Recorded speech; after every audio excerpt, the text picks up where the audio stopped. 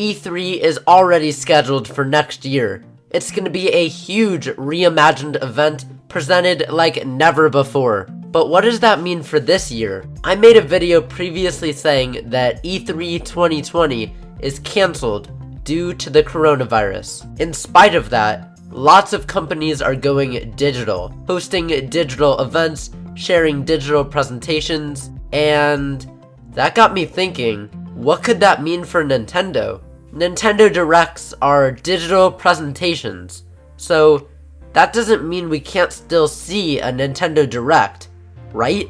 Well, today, I'm joined by a bunch of my friends, and we're going to be discussing what we hope to see in a possible Nintendo Direct around the time that E3 would have happened this June. Alright, Sabrina, do you want to introduce yourself first?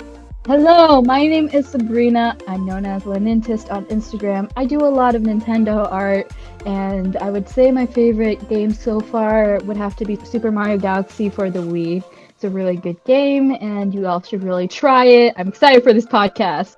Hey guys, I'm Ryan. I'm RyPixel on Instagram, and I do Photoshop and video editing. I think my favorite game would probably have to be Mario Kart Wii for the Nintendo Wii. It's really fun. I have a lot of good childhood memories with that. Yeah. Hello everyone, my name is Brandon. I'm also referred to as Smef23, which is short for Super Mario Fan 23 on Instagram. And I'd say my favorite games would definitely be Super Mario Odyssey. I love how there's so many Mario references in that game, and graphically it's like one of the most beautiful Mario games I've seen in like years, and it's a pretty good game on the Switch. All of their social medias will be down in the description below, so be sure to go check everyone out. And of course, if you haven't already, be sure to subscribe to the channel, and let's dive into the discussion. So, what does everyone think about E3's cancellation this year? I would say it was definitely not surprising at all. It was honestly predictable considering the unprecedented times. It will be very interesting to see the take on what different studios will present their games and whatnot, and whether they'll release demos for people in their houses to try out. Like, we know Nintendo they're really notorious with their directs, and they do a good job of presenting everything in an orderly fashion. But I'm also excited to see how PlayStation will utilize their state of play, how Xbox will do it, and so on and so forth. So it's gonna take a lot of creativity for these studios to actually present their games without having people there and without a convention to help them. It's up to them. Yeah, I think I would agree with that. It doesn't surprise me that E3 got canceled. I think for the safety of the presenters and the fans, I think it makes total sense. Though it will be really interesting to see what different companies do. I mean, has PlayStation confirmed that they're doing a state of play for E3? I have actually looked and researched on that. They are planning on doing something like a state of play, but they want to also present it in a way that fans can actually interact and feel like they're there, like as if it's E3. So yes, it will take like a state of play style, but they want to do something else with it, if that makes sense. The one thing I'm really torn up about is that we may not get an Xbox conference where they bring another car on stage. Oh my It's god. our latest car. What car are they going to do now? My thoughts about the E3 cancellation, I feel like it is pretty bumming knowing that, it got canceled, but at the same time, it is understandable due to the current state we are in with the whole coronavirus, and, a lot of companies in general, not just E3, but like other places in general, a lot of events are getting canceled because of it. I think I've also heard that SXSW 2020 got canceled as well, so other places got canceled due to it. I was honestly surprised that they did not postpone it. I thought they would do that, but honestly, the situation is so unpredictable right now. For all we know, the coronavirus could last until the entire year, or it could end in June. Who knows? So I don't know. Do you guys think they could bring it back this year if the coronavirus were to actually decline or something? I think there's an off chance they might make some sort of pseudo E3, but much closer to the idea of they just do it next year.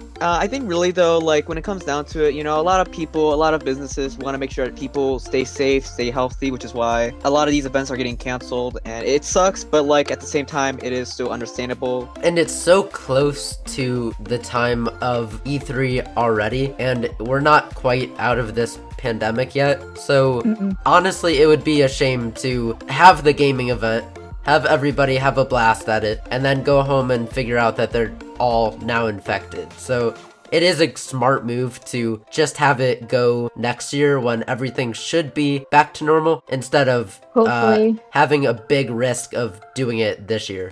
Alright, we're gonna move on to the first topic, starting things off with Super Mario rumors. Not too long ago, there was a rumor about a whole bunch of games for new Super Mario's 35th anniversary. Those games include Super Mario 64, Super Mario Sunshine, and Super Mario Galaxy 1 and 2 in one bundle, and then Super Mario 3D World in a separate deluxe style with more levels added. So we're gonna go over all of these games, starting with Super Mario Galaxy. Ooh, that's my cup of tea right there. Honestly, it's a great area because they could port it directly, which would be very underwhelming and quite disappointing in all honesty. Or they could remaster it. But to be honest, in my own opinion, Galaxy is good the way it is, so I kind of see a higher chance of it getting ported. And then they release some sort of, I don't know, spin-off or another game like Super Mario Galaxy 3 alongside it, which would be really, really cool. And as a result, like kind of dive deeper into the character of especially Rosalina, maybe a new character. Honestly, the Switch allows so much to happen with Mario games. Odyssey, for example, did not disappoint in terms of its platforming, its story, I guess you could say, and its immersiveness. So Nintendo really has a lot of room in regards to being creative with how they decide to port Super Mario Galaxy or make it, if that makes sense. I think Super Mario Galaxy probably has the best chance of being ported, at least in terms of like 3D Mario games, because it was already put on the Nvidia Shield, which is already I wouldn't say, is it a current gen console? I think it's like, it's close, I think because of that, since Nintendo already kind of has an HD version of sorts of Super Mario Galaxy, I think that kind of gives it a better chance of being a bundle, and I could really see 1 and 2 being bundled as a single like $60 game. Exactly, same. Like, I don't know why, I just can't see them remaking it because it's so masterfully crafted anyways that I can just see them porting it, maybe making the graphics look a little more pretty. But obviously they won't, like, just port it and then that's it. Nintendo is really good at not disappointing fans most of the time. Not all the time. Well, here's the thing. Would you rather have a Galaxy remaster with the 1 and 2, like you were saying, in a bundle together, or a Mario Galaxy 3? Oh god. Quite honestly, well, me personally, the nostalgia really makes my answer biased, but to be honest, I would love to see a Super Mario Galaxy 3. Super Mario Galaxy 1 and 2, although hardly anyone plays the Wii nowadays, it can be played. I know that some emulators can be made, or something can be done for fans to experience that amazing and beautifully crafted game. But personally, I do believe that Super Mario Galaxy 3 is a better idea, and you know, there's a lot that Nintendo can do with that, basically. I think kind of to counterpoint that, would be fun to have Super Mario Galaxy on a portable system, to have both those games. I think the one thing that does come up that I considered is the motion controls, which was a huge part of Mario Galaxy. I mean, there was the shaking part. I mean, JoyCons are motion controlled. So... I think like what Ryan's trying to say is like, because in the Wii there's like a little motion magnet, it uses an IR camera. I know what you're talking about. Yeah, the sensor bar. They use like a sensor bar, so like you can like shoot little like star bits and all that. So it's more about like handheld mode, but maybe they'll just do what they did with Captain Toad. Yeah. I mean, if you think about it, the Wii remote and the nunchucks, they kind of function sort of the same way as the Joy-Cons if you were to take them out of the, Switch itself. I honestly think they can work with it, I could see, like, in Odyssey, when you throw Cappy with the flick of your wrist with the Joy-Con separated, they could incorporate something like that into a Galaxy game. But what do you guys think of, like, a third game? What would you want to see? New powers? A new story? Which obviously would happen. I'd be happy with whatever Nintendo puts into the third installment of Super Mario Galaxy. There's so much to say about it, too. Like, there could be new levels, maybe new mechanics. Maybe Mario has something else instead of a Luma, although that's highly unlikely. But I honestly would love to see a little more interaction because I feel that's what the last two games, like 1 and 2, didn't really have. It was just Mario like traversing the universe and then that's it. There wasn't really any communication or interaction with like the characters, like Mario with Rosalina, like nothing intensive. You know what I mean?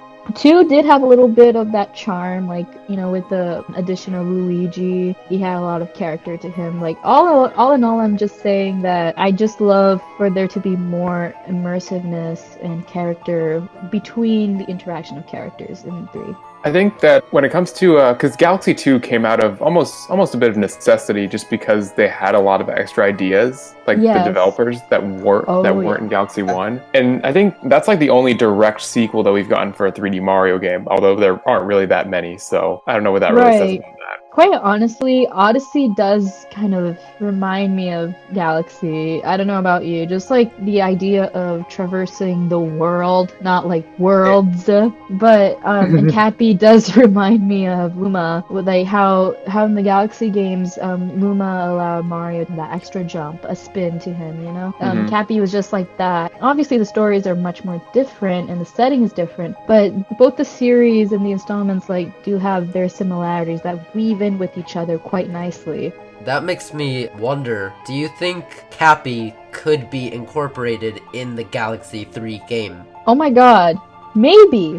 That'd Perhaps. Be kind of cool. That'd be cool. Very cool. Like, oh, maybe it could be Cappy and the Luma that, like, you know, that was with Mario helping. Like, those two could work together. You know, that would be pretty cool. To really give my thoughts about Mario Galaxy 3, or like the Mario Galaxy rumors in general, I feel like, you know, with Mario Galaxy 3, even though as much as like a lot of us may want to have a Mario Galaxy 3, you know, it seems pretty exciting, it just kind of feels like, you know, how are they going to make a third one? Because like with the second one, it was really made out of necessity, because originally at one point for Mario Galaxy, they were going to make DLC for the game. They were considering, you know what, we have so much content, we're going to make a sequel of it, so how are they going to do the third one, pretty much? Like, how do you go from 2 to 3? I don't know.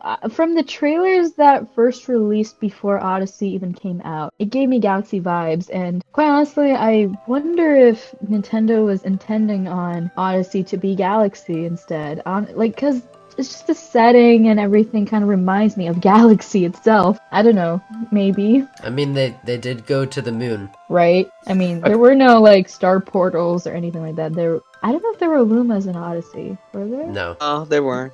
Okay, yeah, there were. Okay. Yeah, there were star bits, like the little like regional coins. But I think a lot of the essentially the DNA that comes from both those games is these very varied like locations. For each kingdom and each galaxy, there's strategically different enemies, different features. So it seems like their whole thing with these games is to create extremely varied environments for Mario to explore. And that's kind of what you're referencing. Okay, yeah, you took the words right out of my mouth, really. So then what do you think about, as we keep moving on through these rumored Mario games, how about Sunshine, Super Mario Sunshine? With Sunshine, I feel like that game has like the most amount of controversies with the 3D Mario games, with it having like a lot of level designs that are not really like structured perfectly, like the Pachinko one, which a lot of people gave hate for, and a lot in general really with the game is that some levels may be really difficult, and even 100%ing the game is not really as worthy as you would have hoped. So I feel like with Sunshine, it is one of those games that would deserve a remaster, basically fix all the levels that would have been pretty much broken from the first game and just make it better. But there has been a lot of people that still love Sunshine, and I love Sunshine too, but I feel like at the same time with Nintendo, they may do a lot of changes with the game, such as the game also had cutscenes with full voice acting, which nowadays we don't really see that as often. I would actually love to see that more. And Sunshine also hasn't been remade in any form before. Like 64 was ported to the DS with like a remake, and then Galaxy, as we saw, was put on the Shield, which I guess doesn't count as much, but that's still like it's still Nintendo working on. I think they've also released it on like the eShop Wii U as well. Nintendo had like a select few Wii games they put on the Wii U for like re-release, so I think Galaxy 2 was one of it. So then what about 3D World? With 3D World, I feel like with that game, So the game came out in 2013 for the Wii U, and it's like one of the only other Wii U games that has not been officially ported to the Switch. But at the same time, there could be potential for having a deluxe version of 3D World, having like more characters to play, more levels, and maybe even for the fun of it, maybe even add an online feature, kind of like in Mario Maker 2, only except in like 3D World. With multiplayer, how all your family members could play, like it could be with online too. Yeah, that would be really cool if they did that. Honestly, I think what made 3D World quite fun was Miiverse.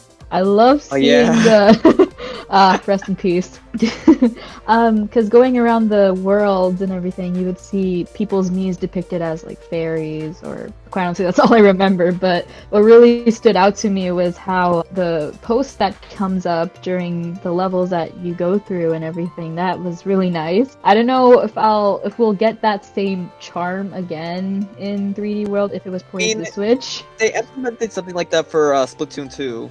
So I think they could do something like that. Oh, that's right. 3D World. That is right. Oh, yes. On the Yeah, they could do that. It's literally Maybe like everywhere on Splatoon. Maybe like a Toad board or something. Like there's this little Toad you can walk up to, and it'll be like, It's Captain Toad. yeah, you can. He's like, send me a message, I'll put it somewhere. Oh yeah, like a billboard or something. That's pretty cool. Me personally, like 3D World does have its like own charm. I just feel like it's good on the Wii U as is. Like it'll feel weird for it to come on the Switch for me. I don't know why. It's probably because it was one of the first games to be on the Wii U when the Wii U was so young. I mean, they could do something to fix like 3D World and not make it like a direct port or anything. But I don't know. That's my opinion.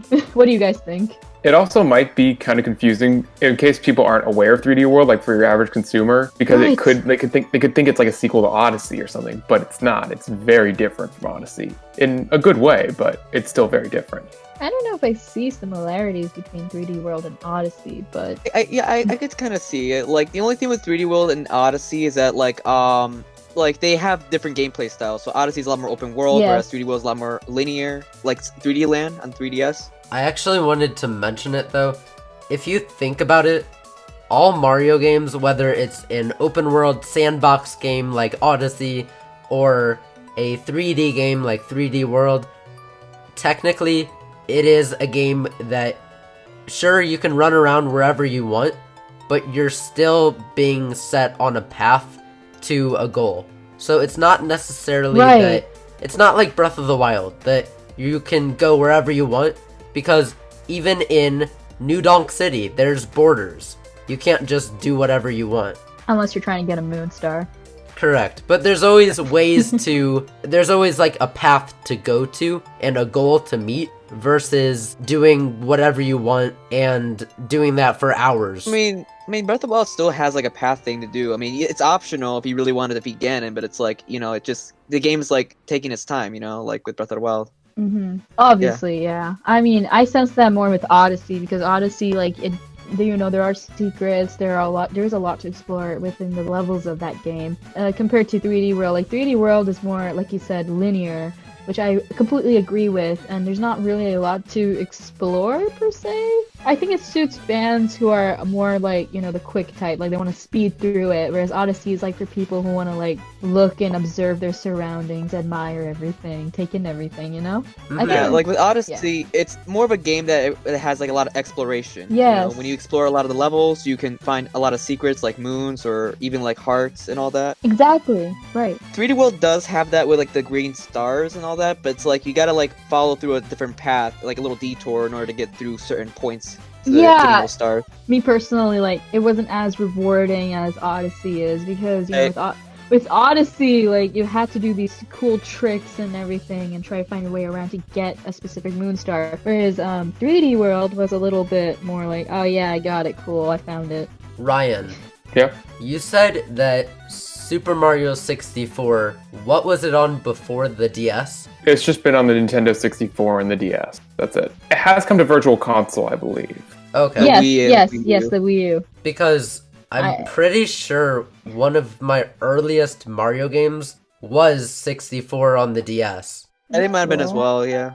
Ryan, do you want to talk a little bit about 64? Sure, it is a pretty good game. The controls on the DS, because that's the one I have right now, it's a pretty fun game. I think with some HD visuals, it could really benefit on the Switch. But like once again, I mean, part of me is like, because it has a lot of history and because probably not a lot of people have played it, at least in the general audience of the Switch, I think a remake of 64 could go pretty far, or maybe even like the DS version is remade, but of course with now a joystick instead of that cursed D-pad. Oh my god. Oh my god, don't remind me. Yeah. No, sorry, go ahead. It's just that the N64 controller is atrocious. Yeah, anyways, go ahead, please. I don't have a third arm, but, you know, some of us do. Yeah.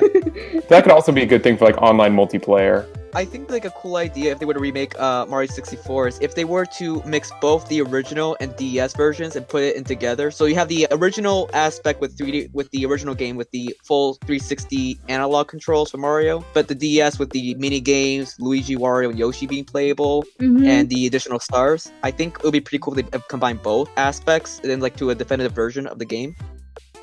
Damn, Nintendo, I found your next game designer. Nice. Maybe they could just add a bunch of characters. Like maybe that could be their thing. Just like, I mean, not everyone is here, but like they just add a bunch of characters to play as. Like, as a celebration of Mario. Yeah, like as a celebration of Mario, it could be like Super Mario 64 Deluxe. The whole thing is just like you got a ton of characters. It's just maybe they even bring back some popular courses from other 3D Mario games. I was honestly thinking, you know, with like Nintendo Switch Online, how they allow SNES games and NES games to be played, I wonder if they'll also implement Nintendo 64 games or GameCube games or Game Boy games, for all I know, in the future. Oh, for the exclusive online members. Yes. That would be cool. We're gonna go ahead and continue to the next topic. Let's take a trip to the sunny beaches of Animal Crossing New Horizons. In the summertime, new events will happen, like bug-offs and fishing tourneys. What else do you guys want to see added to the game down the line? 2 words, Nintendo furniture. I just want the ability to, like, you know, not having to press A over and over again just to craft the same thing like 3-4 times, you know what I mean? Yeah, and also the ability to, like, if I have an Amiibo villager, to just let them in and kick somebody out, please, okay? Yes, exactly, like, make kicking villagers out easier. Yes, that sounds really rude. Get rid of them. Like, I have to give, like, one of these villagers, like, a table, a chair, and, like, a couch, and then she still doesn't want to, like, she's still not going to come to my island? Like, what's going on? I've practically given you an island. Yeah, screw off, Plucky. I feel like down the line for Animal Crossing, like some things that would really benefit the game is if they put more like more content that was in the previous games. So like there was like the cafe and there was like an art museum. Yes. I feel like that we also heard rumors that like the art museum might be coming to the game from like one of the files. I think like an update like might have taken that off. So I think like if down the line they put more content from the previous games into the new game would be a very, very interesting way to be able to incorporate things from the old games to the new game. Adding on to what you said, Brandon, the ability to have cafes and just more interaction. I just feel like Animal Crossing, like after a few days when you got Nook's Cranny, resident services, and everything upgraded, there's really nothing much to do. Like I find myself playing less and less Animal Crossing every day because I've kind of done everything. The only thing left to do is terraforming or waiting for new events like, you know, the summer events that are coming up as well. But honestly, like, you know, just cafes and maybe the ability to cook food, because who would want to eat fruits all day? Let's be honest here. What do you have to add on, Ryan? Well, I think kind of 2 things off of what Brandon said is did they actually do an update to take out that dialogue? I think so. I think there might have been an update on that. I'm not entirely sure, but like I think at one point one of the villagers was saying something about like, oh, I can't wait for like an art museum or something. He was never. I just want a again. cafe. Cafe. I just want a Papa Gino's in my island. Smoke too much. So is there any other events that you'd like to see, kind of like the bug-offs and the fishing tourneys? And is there any more things that you want them to add, like they added the museum? Is there any more villagers you hope to see? Let's get a little bit more in depth there. Swimming. That'd be nice. It's an island. I want to swim. Swim I want away. to catch some fish. I want to swim so far away that I don't even get to see my own island. Like, I don't know, like, I find the ability to not use some of the items, like, you know, the pool, the sauna, and all that good stuff, like, just, you know, it's just there decoratively. It just doesn't feel, I don't know, immersive, in my opinion. It's just, there and it gets boring. I feel like an interesting thing that they should add for Animal Crossing is like more variety of interactions with like objects. So like for example, Yes. like there's like a bike I can ride around my island. That'd be a really cool feature they have. Falls down a cliff. A boat to put all the villagers I don't like in and push them far away from my island. Okay, Yeah, instead all of of you in the boat. Instead of Yeah. taking the plane to a friend's island, you can just swim. If you get eaten by a shark, then that's it. Game over. Game over. Is there any villagers that you know that are not in the game that you would like to see? One that I did miss, retail, that was in New Leaf. I don't know if they have a purpose anymore because they're kind of for the whole customization thing that you can just do automatically, but I do kind of miss having them there.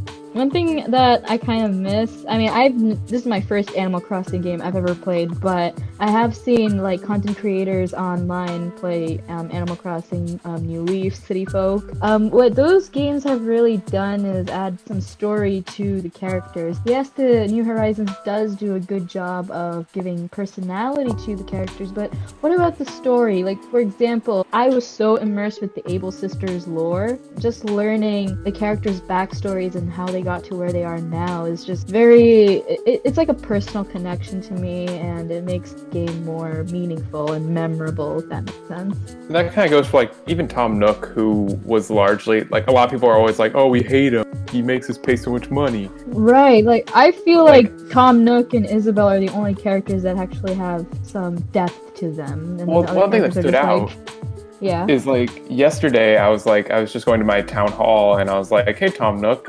Just randomly, I just clicked like the button that was like, oh, I don't know what I should do. And he said, well, you've kind of done everything. Like, do whatever, have fun. I'm like, well, I guess. You cannot have fun in Animal Crossing till you No do fun. everything. But it's just like, even the game doesn't know what it wants me to do. Next up is Pokemon Sword and Pokemon Shield's first expansion pass. The Isle of Armor is coming late June. This is going to have a lot of new content with a brand new story and a variety of 200 different Pokemon brought into the Galar region. What do you guys think about the DLC? And are you excited for the new adventure? I do not own either of the Pokemon games, but based on how this DLC looks, it could convince me to. Because initially I was worried about content and how much there would be. Oh, there's a lot of content now. Own. I actually do own Pokemon Sword myself, and I feel like the idea that they're doing DLC rather than releasing a third game like they've been doing for previous generations. Correct. I feel like it's kind of an interesting way as to kind of like expand upon the game, so like expand upon the lore of the Galar region, while at the same time still bringing new content, so like new Pokemons, new areas you can explore from your original save data.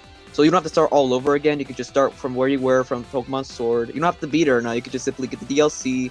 Whatever like save point you're at in Pokemon Sword or Shield, you can just go from there. You can basically play at any time. You don't really need to know as to, any connections from the main storyline. It's just kind of like a separate thing pretty much. Yeah, and I like that they're adding so much and that it's it is still based in the Galar region. It's nice that it is not a whole new game. You're already familiar with what's happening.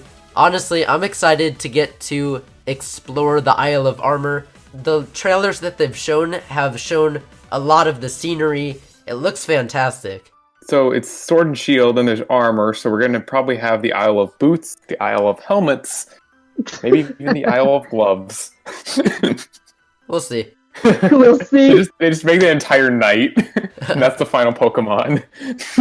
Our next topic has to do with something that was shown in the mini direct that was shadow dropped randomly on March 26th. No warning or anything. But in that direct was an announcement for our 6th Smash Bros. Fighter in the Fighters Pass 2. It's gonna be an ARMS character, and I want to know everyone's thoughts on who it could be. I literally jumped out of my seat. Not out of excitement, just out of astonishment. Because, first of all, everybody was so sure that Spirits deconfirmed characters. But I believe there are plenty of ARMS characters that are Spirits in the game itself. So this is going to be quite interesting to see what the future of the DLC pack will entail for us, if Spirits do not deconfirm characters itself and all that. Which character would you like to see, Sabrina? This is very generic, but Honestly, I would love to see Twintel. It's just that representation, and she's an amazing. She has an amazing character design as well. I adore her design so much. And I mean, not to get too political or anything, but she will, if she is in the game, even as an alt, she will be considered the first person of color to be in the Smash game. Which that's right. Yeah, so seeing that will be cool. I'm not saying that Nintendo has never been good with its representation, but it has, like, ever since the Switch has released. So having Twintel in the game would be quite cool, and she's gonna represent, people who identify as people of color. When I first heard that the ARMS characters, like an ARMS character is gonna be coming to Smash, I was genuinely surprised when you consider that ARMS came out around a time when the Switch was really new, and the game came out in 2017, and a lot of people thought, the game was okay. Not many people really played the game, and since then, like a few years later, not many people the game has kind of been quiet lately. Like outside of the spirits in Smash, it really hasn't had that much popularity since 2017. Until now in 2020, Nintendo was like, alright, let's bring it back. So, since it was technically like their IP for the Switch, kind of like Splatoon with the Wii U, I feel like that Nintendo wants to, because ARMS had potential, I think even though the ARMS didn't have that much single-player content, Nintendo saw potential for the game, and they want to expand upon the ARMS brand. So, not only did they did the free trial for the Nintendo Switch Online service, but they've also added the idea that a new ARMS character will be coming to Smash. And an ARMS character I might be interested in seeing is definitely Min Min. I feel like the design of her, she's kind of a very interesting character. Her personality kind of like has like her own culture with her, like how her arms are like noodles, which is kind of like a tradition for Japanese culture. So I feel like, she's a very, very interesting character, and I do say that she's like one of my favorite characters in ARMS. It can really depend, honestly. If it was Twintel, Twintel's a pretty cool character as well. I do agree with Min Min. I think Min Min's a really popular one because she won the one of the ARMS championships. I think it was the what was that? The Party Crash. I think because she won that, it kind of makes a lot of sense. And then also, like, given Springman's, he's already a costume. That's something I wanted to touch on. Springman, yes, he is a assist trophy right now in Smash. I want to give a quick shout out to the Amiibos on Instagram. They actually came up with an idea that Springman could be replaced with Springtron, and that way Springman could be brought into the game, since he is one of the main characters along with Ribbon Girl, but then his assist trophy is all taken care of with Springatron in his place. Honestly, what you're saying really reminds me of Chrom, and for two reasons. One is because Robin's Final Smash, you'd expect it to change because in Smash 4, Chrom wasn't added. But they included Chrom as Robin's Final Smash. So you think in Ultimate, Robin would have a much different Final Smash.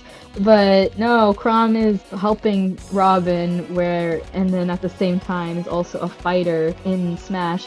I kind of see the similarities there. So I don't know if Springman would be replaced per se, but it'd be quite interesting to see how they'll work around it. Is Springman even gonna be added as one of the alts or one of the main characters in the DLC pack?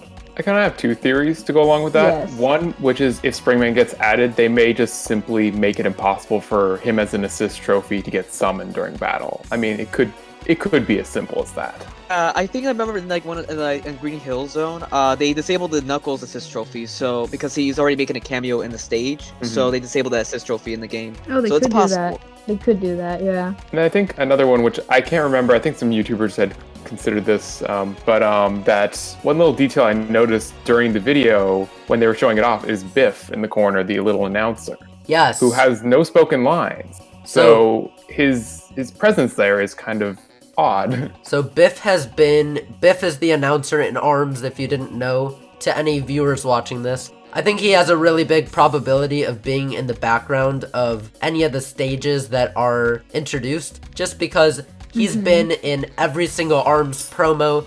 He's almost as well known as Springman is. Oh yeah, I agree with that. I feel like with Biff, we don't really know much about the character compared to the other ARMS characters, where each ARMS character have their own backstories with them. With Biff, he's the announcer in the game, which we don't really know much about him. It could be a pretty interesting idea. Perhaps he could be a Pokemon trainer type character, where he stands in the background announces them Ribbon Girl enters the ring or something. Oh my gosh, that would be cool.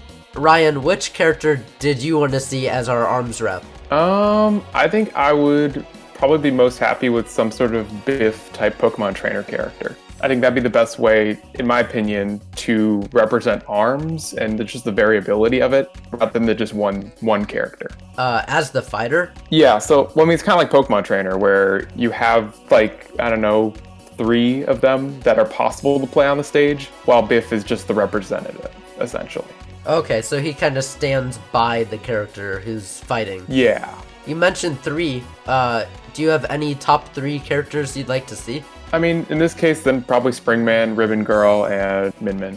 For me, I would say Helix. So, Ooh. I'd really just say Helix because he's not like any of the other ones at all. He doesn't have any bones, and he's totally just made of DNA, which can come with some very interesting movesets and separate him kind of from the other characters. I can see them doing a lot of different things with that aspect, so it would make for a really overall, kind of all-around interesting fighter. I would agree with that. So now that we've shared our predictions for the 6th fighter coming in June, what about the 7th? Who do you want to see join Smash next? Okay, it's very, very, very, very, very, very unlikely. Considering that the series has already been displayed as spirits, but then again, I have no idea if spirits still deconfirm characters. It's debatable. I don't know. It's so unlikely at this point. I don't even know. Like, anything can happen. I really wanted Leon Kennedy to be in Smash from Resident Evil. That would be interesting. I wonder how they would make a moveset. I mean, they put Snake. Like, Leon, like, in the Resident Evil 2 series, at least judging by the remake, there are a lot of weapons, and I just see a lot of potential with him, but I guess a more realistic character that I also would not be opposed to seeing would definitely be, Crash. Crash! I want Crash. I wanted them to. Yeah, I mean, not a lot of people would know who Leon is, so that's why I'm just... Crash has made a huge resurgence as of recently, so he's definitely... Cassian's odd that he hasn't been added yet. Seems like it would be like such an obvious choice. I would have expected him to be added before Cloud. Like, I did not expect Cloud of all people to be added. And Square, given that they're the most protective parent in the history of video games as we know it. Brandon, what do you have to say? I feel like with Crash, he definitely seems like one of the characters that really would have made sense to put in Smash. Around the late 90s, Crash was like one of the most popular video game mascots as he represented the PlayStation era. So we had Nintendo, Sega, and Sony just going at it with each other. And I think it'd be really cool if they would have put Crash in the game. Since Mario and Sonic are in Smash Ultimate, you know, it makes sense to have Crash in the game, just have the trio together and just battle it out. I think it's a really cool idea. Is that the character that you would want as our 7th? I think Crash would definitely be a really, really cool character to put in the game because he has a lot of history with, like, he had history with Nintendo as well, but like I feel like in general he is like one of the other video game mascots alongside Mario, Sonic, Banjo, Mega Man, and Pac-Man that would deserve to be in Smash. And moveset wise, he does have a lot of potential for that as well.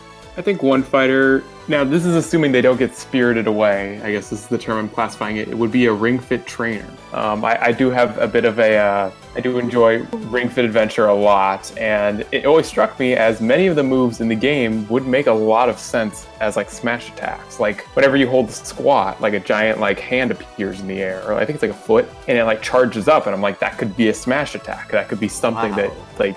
I could actually really see that being in the game. And like, I mean, the final smash could be like, I don't know, Drago. In case you're not aware of how the Ring Fit Adventure works, you fight a giant dragon and maybe he shows up, throws boxes at things, I don't know. Aside from Crash, I have always been more towards Spyro. I think Spyro would be cool. I think Spyro would be cool in Smash. He could do all of his different fire attacks. I know that there are, personally, I'd say that from Crash and Spyro, it's kind of split. A lot of people have been wanting both, so it would be cool to have Spyro. I think like it really would make sense like if Crash and Spyro were both in the game because like they both have history with each other. Like I remember like at some point they made crossover with each other and they both represent the PS1 era. So I feel like with having both of them in the game would be a really, really interesting idea because they have history with each other. You know, one character that I know a lot of people were anticipating was Dante. Ah, yes. Dante from Devil May Cry, and we got Byleth instead. I mean, I'm not disappointed. We're not opening I that just- can of memes, worms. the memes were hysterical though, but we got a lot of characters in DLC coming in. I do know a lot of people also want Sora. I don't know how that's gonna go, in all honesty. What do you guys I mean, think? not only are you messing with Square, you're messing with Disney, which is like, Don't mess with Disney. I You feel don't like the wanna hardest mess part with with Disney. Sora, like with Sora, is gonna be like a really hard one. In a sense, the idea was like Kingdom Hearts was like a mix between like Final Fantasy and Disney. So having Sora in the game, and Sakurai has made it clear that if you were to put in characters outside of Nintendo, it has to be characters that originate from video games. Yes, Sora came from video games, but he also had elements of Disney, so maybe really challenging to put him in the game while having the Disney representation in Kingdom Hearts. You know, if we're gonna talk about Disney and Smash, then give me Mickey Mouse. But give me Woody and Buzz Lightyear and have my childhood heroes be all together. I would love that. Speaking of Smash, what about Amiibo? A lot of Amiibo that have been released have been Smash ones. We haven't really gotten any for our DLC fighters yet, so maybe they could release them all in like a huge wave after the Fighters Pass 2 is complete, but is there any Amiibos that you guys hope to see? So like I feel like with Amiibos, it really hasn't had that much popularity. Like back when it was originally came out, like around 2014, 2015, there was like a really huge Amiibo hunt around that time where Amiibos were very hard to find, and a lot of them went up sale a lot of money on eBay and all that. And nowadays they aren't really as like utilized as much. Like Animal Crossing New Horizons has that, but like some Amiibos are not really like as frequent nowadays. We didn't even get all the Smash Ultimate ones just yet. one Amiibo I always thought would be fun would be, especially since we're getting an arms rep, would be an arms Amiibo, because then you could have like the bendable arms like the Guardian. Oh yeah. That'd be cool. That'd be so fun. But yeah, we haven't gotten any new Amiibo recently. And one of the I think I mentioned this to you, Gray, earlier. Well, two things in regards to the new DLC fighters being given Amiibo. One of the things is the development may not have started because they want to keep everything like super under wraps. Because obviously these kind of toys take a while to make. You know, getting the parts and organizing everything. So they probably wanted to like start it pretty much as soon as it was announced, so they didn't like leak it ahead of time. And then the second thing is certain brands will have like agreements with other companies regarding the production of toys. So I'm not saying how possible this is, but there could be a chance that some of the fighters have some sort of agreement that would prevent Amiibo from being made of them. Well, because the last Amiibo that we got just so happened to be Smash Amiibo. Those were Richter and Dark Samus. So that's why I'm thinking that more than likely we're gonna get more Smash rather than any other kind of series. But I do think that it's probable they would wait till the Fighters Pass 2 is over so that maybe they want to release them in a big wave like they've done in the past. I feel like with the decrease of Amiibos, Nintendo is just kind of like, you know, just like trying to just get them out and just basically try to finish up all the waves. Because like I feel like the most popular wave was definitely the Smash Brothers waves of Amiibos, and they're trying to work hard to be able to get all the fighters all as figures, make sure that everything gets released so that they can be pretty much done with Amiibos pretty much. And while we're kind of off topic with the Amiibo figures, how about Joy-Con? Because our last set of Joy-Con were the Animal Crossing ones. So what other colors do you guys hope to see? Ooh, I would- pastel colors. Yes, that would be cool. Oh, that'd be nice. I'd like some transparent ones. Oh my gosh, that would be cool. Ooh. Like one of those like late 90s, early 2000s like transparent colors. That'd be like for Yeah, Joy-Cons. like clear one. No LEDs. Yeah. I don't know if I'd be happy with that. No, But, like, no just afterglow. No afterglow. Scratch and sniff Joy-Cons. Oh my I god. think so. Like the red and blue is just like watermelon, or sorry, cherry and blue raspberry. They could do it for Super Mario Sunshine. Oh, it smells Oh, like the yes. beach. Spaghetti and pizza scented Joy-Con. Oh my god. Ryan, what Joy-Con color do you hope to see? I would prefer a bright orange, and the reasoning for this is, as I mentioned, Super Mario 3D World had a prominent, like yellowish orange color for Cat Mario, and I don't know, I just kind of like that color. Yeah, that would be cool. And it is a great idea to bundle it with a game, but I gotta say, and I'm talking directly to Nintendo right now, they won't watch my video, obviously, but I do want to say, you guys gotta stop putting the Joy-Cons in bundles.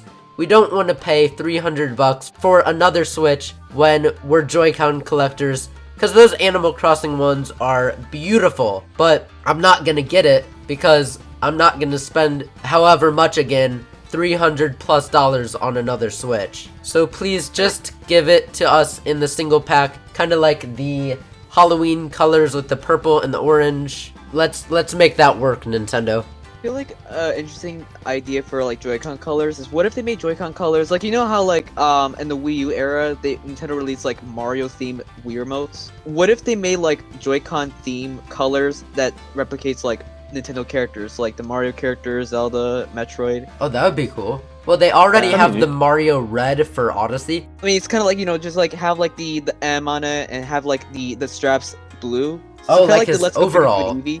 Yeah.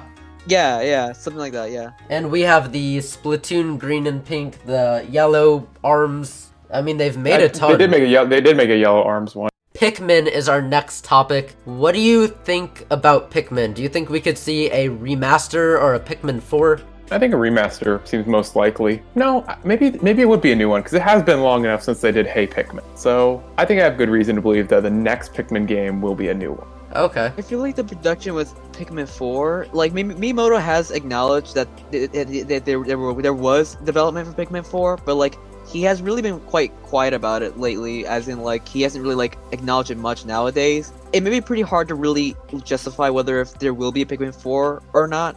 These next two games had very short trailers, a little sneak peek if you will. One was Bayonetta 3. Sabrina, you know a ton about Bayonetta. Do you want to talk a little bit about that and what you'd hope to see in the next game? Okay, obviously we have not seen a new Bayonetta 3 trailer since 2017, and many people were speculating that, probably Platinum Star Games has canceled the game, and I'm also pretty sure it got removed from Amazon to pre-order because it's been taking so long to make. However, rest assured that the developer has said that that nobody has to worry and that everything is going smoothly in terms of development. As for the game itself, I'm honestly anticipating so much. Many fans are speculating that it could take place before Bayonetta 1, which makes sense since Bayonetta in the trailer is not donning her modern look, which is the short hair and the blue outfit, like the black and blue outfit. I can see a lot of potential in the game, especially with like, if this was before Bayonetta 1, developers will have to creatively try and implement how she meets certain characters like Rodin, and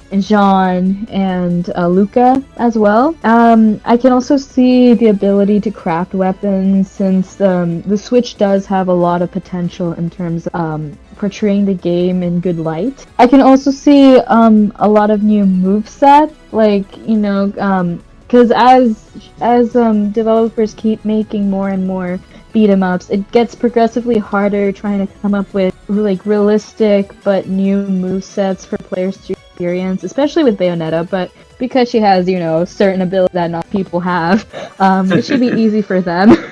I'm also really excited for the story. There's so many possibilities, especially with the unanswered question. And yeah, honestly, that's all I have to say, really. There's just nothing I can really say for now because I'm basing this off of trailer and the the progress that the development team is having with this game. So yeah, honestly, there's probably a lot, and if you haven't played Bayonetta, please play it. Don't let the Smash community ruin it for you. The other game we got a very short trailer for was Metroid Prime 4. Do you guys think we could see some alien blasting action soon? I just want to see them make a good story, like not like other M. It's a little refreshing to hear that they restarted progress on it because they didn't like where it was going. So, I mean, yes, it means delaying the game, but it also means that they have a good attention to detail. They really wanted to turn into something good. So, I guess that's nice. And Nintendo's always been like that. They pay more attention to games' detail than a lot of other companies do. Right, Nintendo likes to put quality into their games. They want to like wait out and make sure that the games are ready before the release. So, like for example, with Animal Crossing New Horizons, the game was supposed to come out in 2019, but around E3 2019, when the game got revealed, the game got delayed for March 20th, 2020, which was meant to be like, yeah, we're trying to like re-finalize the game, put as much quality into the game, which is why we delayed it. So Nintendo likes to take time with their games, pretty much. Which is what I really like. They have a good Sorry. reputation with that. What do you guys hope to see in the new Metroid? Any new bosses? Any new weapons? Enemies? A good story. That's all I want. And maybe a new, like, I know that the Metroid series kind of struggles with, like, trying to figure out a consistent gameplay style. So I'm kind of interested to see what kind of gameplay style it will take. Like, is it going to be first person, third person? Is it going to be, like, platforming or something, you know?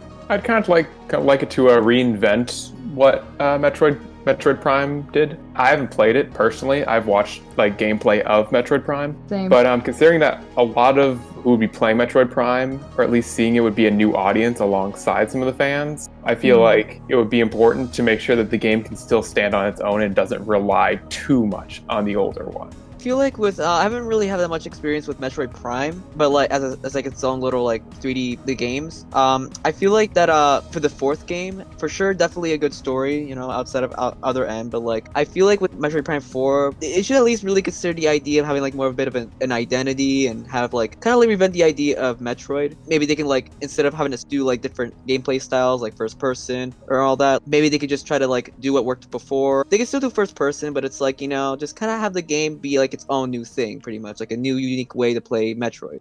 The last game we have on our list of predictions is The Legend of Zelda Breath of the Wild 2. This is a game that ever since I saw the trailer, I haven't been able to get it out of my head. I loved the first game, and I am way overly hyped for this sequel. I made an analysis video about the trailer where I go very in depth that I highly recommend watching before the next bit of news for Breath of the Wild 2 surfaces. I'll be sure to leave a link to that video down in the description below. Please watch it. I think I cover a lot in that video. But I want to know, are you guys as excited as I am for this upcoming sequel? A little nervous, but yes, excited. Why nervous? Well, it's a lot. Well, the first game's a lot to live up to. I mean, it's a ton of content in a very expansive world. I mean, yes, it lacked as much story as I would have been hoping for, but it is a very good game, and I can't really say anything bad about it beyond just nitpicks. The Champion's Ballad really made the game come together. Like the DLC for Breath of the Wild, they had a lot of content in that. They also said that this is going to be a game that takes place in the Hyrule that we already know, so they're not going to have to spend as much time as they did before creating the world. This allows them to focus more on the different, like how the story goes versus landscaping and all of that. So I feel like with Breath of the Wild 2, I'm really excited for the game, and I'm really interested as to how they're gonna take the Zelda series after Breath of the Wild, and seeing from like the small bits of clips that we saw from the teaser where Zelda is shown with like shorter hair and being inside like underneath a dungeon where we get to see like a dead Ganon. It does seem pretty interesting as to how the game is gonna interpretate Breath of the Wild, the Hyrule, and I'm pretty interested as to how they're gonna like keep the emphasis of the exploration into the game. And I did want to mention Aonuma, who is the producer of the Zelda series. He actually said, quote, "The new Breath of the Wild or the sequel to it, it's not necessarily going to be related to Majora's Mask or inspired by it. What we showed you is currently a little darker." So I'm really excited to see this dark side of the Zelda franchise, and Majora's Mask I hear was pretty scary, so hearing that, it just gets me even more hyped up than I already was. Yeah, I think this is going to be a new experience to use some of. I don't know if they'll keep the Sheikah Slate or not. I don't remember if Link had it with him in the trailer, but I'm thinking that some new mechanics could be introduced that could let players explore the world a little differently. And I'm just hoping that they're able to fill it with some new experiences. Yeah, I don't really have much expectations going into it. I just know Nintendo's going to do a good job. Oh, they better. Well, we're gonna go ahead and wrap up this discussion. This has been so much fun. Thank you all so much for joining me. No problem. I had a great time. Yeah, same here. Thanks for inviting us. Yeah, no problem. Thank you. And of course, once again, all of their social medias will be down in the description below. Please go check them out. They are great people and definitely deserve to be acknowledged for their amazing work during this collab. So, Know you. Hey. so thank you once again, and of course, thank you everybody so much for watching. Let me know on Twitter what you hope to see in the E3 Nintendo Direct. The link to that is in the description below. Once you're there, be sure to follow and hit that bell to be alerted every time I upload a new video. Another link in the description leads to our Discord server. We're going to be talking about all of the predictions and more. So if you're a Nintendo enthusiast like me, then click that link. Anyways, that wraps it up for this prediction video.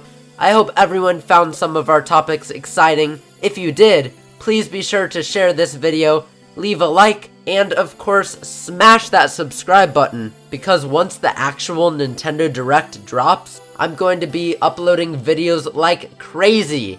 So please subscribe, it would mean a lot to me.